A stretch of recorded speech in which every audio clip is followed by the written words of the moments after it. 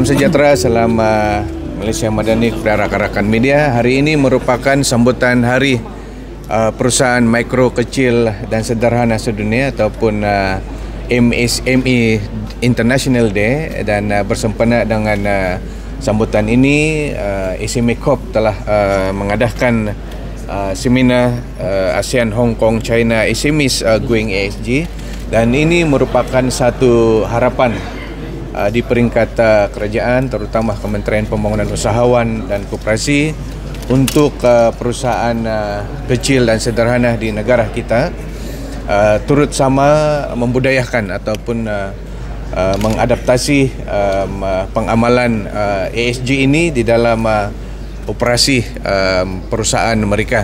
Ini penting kerana pasaran dunia juga memerlukan produk dan perkhidmatan yang kita sebutkan sebagai ESG compliance, dan saya berharap dengan adanya seminar ini juga melibatkan penyertaan daripada negara-negara Asia, khususnya di negara-negara ASEAN, dapat bertukar kepakaran dan pandangan bagaimana pembudayaan ESG ini boleh menjadi norma baharu dalam perusahaan PKS, bukan hanya di Malaysia tetapi di rantau ASEAN dan Asia ini. Okey, YB, bagaimana ESG ini boleh membantu ekonomi negara untuk masa akan datang, dengan apa pengalaman-pengalaman yang kita dapat daripada seluruh Asia ini untuk dijadikan satu benchmark Malaysia is the best for the ESG? Ya, seperti mana saya katakan tadi, sudah ada kesadaran yang begitu besar di kalangan pengguna di seluruh negara terkait dengan produk dan perkhidmatan yang kita sebut sebagai ESG compliance, dan di pasaran-pasaran tertentu itu sudah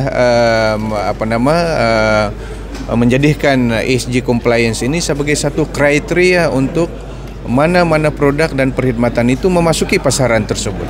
Sebab itu penting untuk PKS di Malaysia untuk turut sama menjadikan ESG compliance ini sebagai norma di dalam operasi syarikat mereka. Sudah tentu ia penting untuk ekonomi negara, sebab kita ada sasaran terhadap PKS ini, nilai ekspornya dalam dasar keusahawanan negara kita, sumbangan kepada KDNK. Jadi ini ESG, pengamalan ESG ini sangat-sangat bertepatan sekali, dan kita harus tingkatkan lagi tahap kesedaran.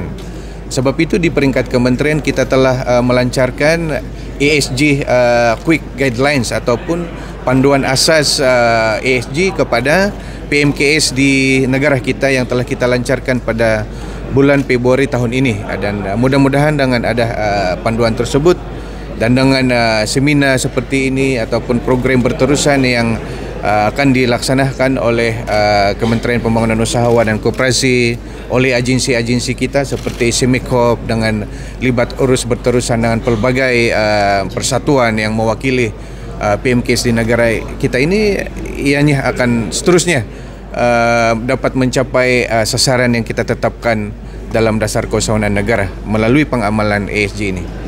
Okey, mungkin ada tadi Bobby ada cakap pasal sasaran. Mungkin peratus sasaran yang ditarget oleh kementerian sendiri berapa agak-agak? Dalam sasaran yang kita telah revise dalam rancangan Malaysia ke-12 itu, sasaran sumbangan PMKS kepada KDNK negara kita 41% menjelang tahun 2025.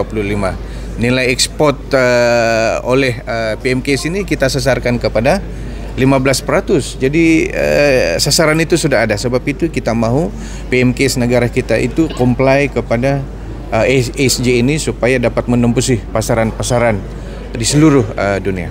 Mungkin ini seminar akan datang, mungkin pihak SME Corp ada juga mengadakan carnival yang menyatukan mereka datang ke Malaysia untuk mengadakan sesuatu is benchmark macam Maha, everything that you have your own branding.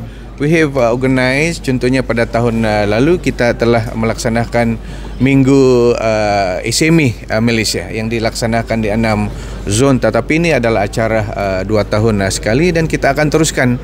Dalam masa yang sama kita ada pelbagai karnibal di peringkat kementerian yang kita anjurkan, karnibal penjajah peniaga kecil, karnibal tekun, hari koperasi kebangsaan, itu semua melibatkan PMKS walaupun atas nama yang berbeza, tetapi tujuannya sama, iaitu menyatupadukan agensi-agensi keusahawanan dan juga pemain-pemain industri sektor PMKS negara ini dalam satu karnival peringkat kebangsaan, dan juga kita menjemput penyertaan daripada luar, terutama Expo Franchise misalnya yang telah kita laksanakan pada bulan lepas di Kuala Lumpur, dan itu melibatkan penyertaan yang begitu besar sekali termasuk daripada luar negara.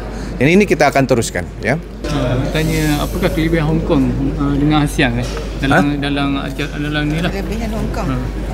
Hong Kong dan China mempunyai pasaran yang begitu besar, ya, dan sudah tentu itu satu potensi yang sangat-sangat besar kepada mana-mana perusahaan, termasuk PMKS. Dan itu sebabnya kita bekerja sama dengan Hong Kong Trade Office yang menjadi sebahagian daripada penganjuran ini. Mudah-mudahan kerjasama ini akan membuka lembaran yang lebih baik kepada PMKS di negara kita dan juga syarikat-syarikat besar di negara kita. Seperti mana kita punya Perdana Menteri kata, Anwar Ibrahim kata kita berminat untuk join BRICS. Adakah antara kita kerjasama Hong Kong dan China ni antara rangka awal untuk kita masuk dalam BRICS? Convention ini sebenarnya baru bermula, jadi biar mereka bincang, dan kalau ada dapatannya nanti, resolusinya nanti ataupun pertukaran pendapat itu, saya ingin mendapatkan perkongsian itu nanti, ya, biar mereka barangkali bincang dahulu. Tetapi Perdana Menteri telah mengumumkan perkara itu, dan kita bersedia untuk menjadi sebahagian daripada pelaksanaannya. Tapi PM sudah mengumumkan. Bagi pihak kerajaan Malaysia, khususnya Kementerian Pembangunan Usahawan dan Koperasi, saya, KSU dan kami di Kementerian ingin mengucapkan selamat menyambut Hari PMKS Sedunia kepada PMKS di seluruh Malaysia.